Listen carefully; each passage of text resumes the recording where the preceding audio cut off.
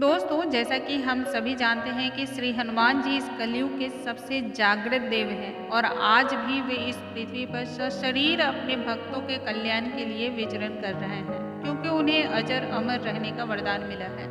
हमारे देश में सबसे ज़्यादा मंदिर श्री हनुमान जी के ही हैं, यहाँ तक कि प्रभु श्री राम जी के मंदिरों से ज़्यादा श्री हनुमान जी के मंदिर हैं।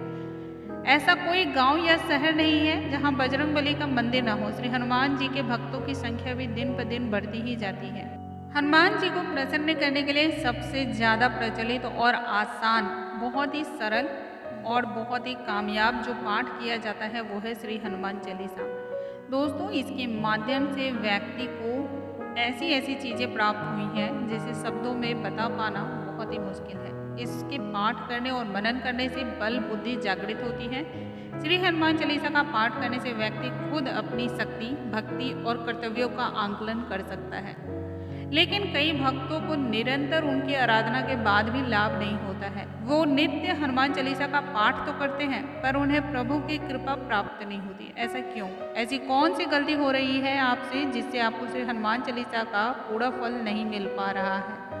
आज मैं आपसे ऐसे 5 कारणों के बारे में बात करने वाली हूँ जिसकी वजह से आपको हनुमान चालीसा पढ़ने का लाभ नहीं होता है, या यूँ कहें कि प्रभु की कृपा आप पर नहीं हो रही हो। तो ध्यान से हर एक पॉइंट को आप जरूर सुनिएगा, देखिएगा, एक भी पॉइंट आपसे मिस ना होने पाए। हेलो दोस्तों, आप सभी का द डिवाइन सोल में बहुत बहुत स्वागत करती हूँ। यदि आप चैनल पे पहली बार आए हो तो चैनल को लाइक, शेयर और सब्सक्राइब करना बिल्कुल ना भूलें। साथ ही नोटिफिकेशन बेल को जरूर प्रेस करें ताकि हमारे आने वाले हर लेटेस्ट वीडियो की जानकारी आप तक तत्काल ही पहुंच सके।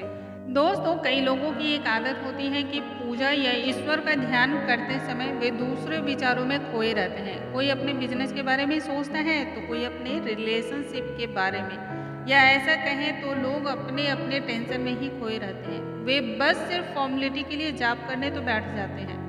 अब आप ही कहें, अगर हम प्रभु से एक चित्त होकर अपनी भक्ति को नहीं दृढ़ता से कर सकते हैं, हम सच्चे दिल से भक्ति नहीं कर पाते हैं, तो भला प्रभु अपनी कृपा हम पर क्यों करेंगे?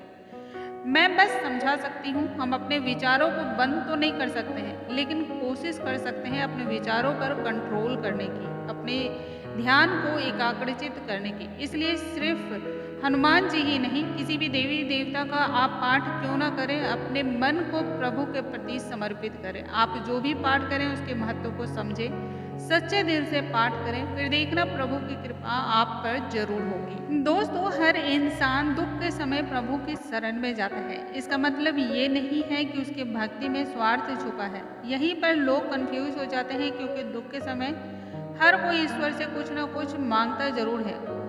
उदाहरण के तौर पर, अगर कोई व्यक्ति दुख और तकलीफ के समय प्रभु की शरण में जाता है, सच्ची भक्ति करता है, अपने आप को उनके लिए समर्पित भी करता है और प्रभु उसकी भक्ति से प्रसन्न होकर उसकी सारी तकलीफों को दूर करते हैं। लेकिन सब कुछ अच्छा होने के बाद अगर वो व्यक्ति प्रभु से दूर हो जाता हो, पूजा पाठ और सच्चे मन से वाली भक्ति ही बंद कर देता हो, तब जाकर आप कह सकते हैं कि उसकी भक्ति में स्वार्थ छुपा था। इसलिए मैं तो कहती हूँ, दुख के समय तो हर कोई ईश्वर को याद करता है, लेकिन सुख में जो प्रभु के निकट रहते हैं और उनके समर्पित रहें, उसे ही निस्वार्थ भक्ति कहते हैं।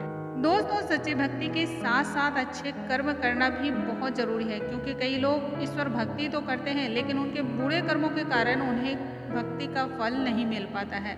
अब आप ही सोचिए, एक तरफ आप मंदिर में बैठकर या घर पर पूजा पाठ कर रहे हो और दूसरी तरफ आप जानबूझकर कोई ऐसा पाप कर रहे हो जिससे किसी भी निर्दोष को तकलीफ पहुंच रही हो। किसी का धन हड़प लेना, बुरे कार्य के लिए किसी को प्रेरित करना या किसी भी तरह का नशा रखना, ऐसी बहुत सारी बुरी लतें हुई। फिर आप कैसे उम्मीद कर सकते हैं कि ईश्वर आपकी प्रार्थना सुनेंगे? एक बात याद रखना बहुत ही ज़्यादा जरूरी है, ईश्वर ना तो दंड देता है और ना ही माफ करता है। कर्म का फल हमारे सुख दुख का ही कारण बनता है। जब हम तकलीफ में होते हैं तो उस तकलीफ से बाहर आने के लिए हम हर संभव प्रयास करते रहते हैं। पूजा पाठ हो या फिर व्रत करना, मन्नत हो या फिर संकल्प, वो समय ही ऐसा होता है कि हम सब कुछ करते हैं। लेकिन ऐसे भी कुछ लोग होते हैं जिनमें या तो धीरज की कमी होती है, या तो प्रभु के प्रति अटूट विश्वास की कमी, या फिर उनका मन कहीं भटक जाता है। ऐसा भी है कि कुछ लोगों को आलस्य के कारण भी प्रभु जी के सामने किया हुआ संकल्प भूल जाते हैं या अधूरा छोड़ देते हैं। तो ऐसा बिल्कुल ना करें। अपने संकल्प को आप पूरा अवश्य करें। हाँ, अगर घर में कोई सूतक हो या फिर महिला भक्तों को मासिक धर्म की समस्या हो तो अपने सूतक खत्म होने के बाद ही अपने संकल्प को जारी करके पूर्ण कर सकते हैं। दोस्तों, कई लोगों की सबसे बड़ी प्रॉब्लम तो ये होती है कि वे कभी भी हमारे शास्त्र में बताए गए प्रभु भक्ति से जुड़े हुए नियमों का पालन नहीं करते हैं। वे बस अपने ही कंफर्ट जोन में रहकर सब कुछ करना चाहते हैं और जब प्रभु की कृपा प्राप्त नहीं होती है तो वे सबसे पहले इंसान होते हैं जो भगवान को कोसते हैं, खुद नेगेटिव होते हैं और दूसरों को भी नेगेटिव करते हैं।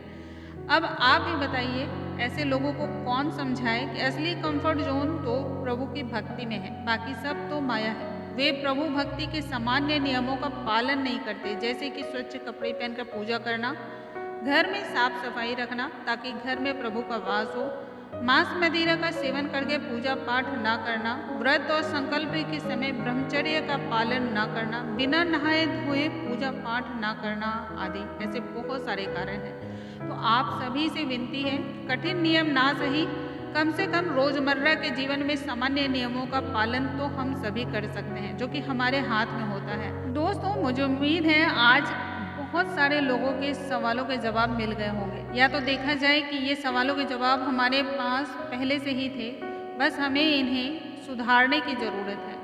तो ऐसी और भी बहुत सारी जानकारी के लिए और अद्भुत जानकारी के लिए हमारे चैनल पे आप लगातार बने रहें। दोस्तों, अगले वीडियो में एक नई और अद्भुत जानकारी के साथ फिर से मिलूंगी, तब तक के लिए प्यार भरा नमस्कार दोस्तों।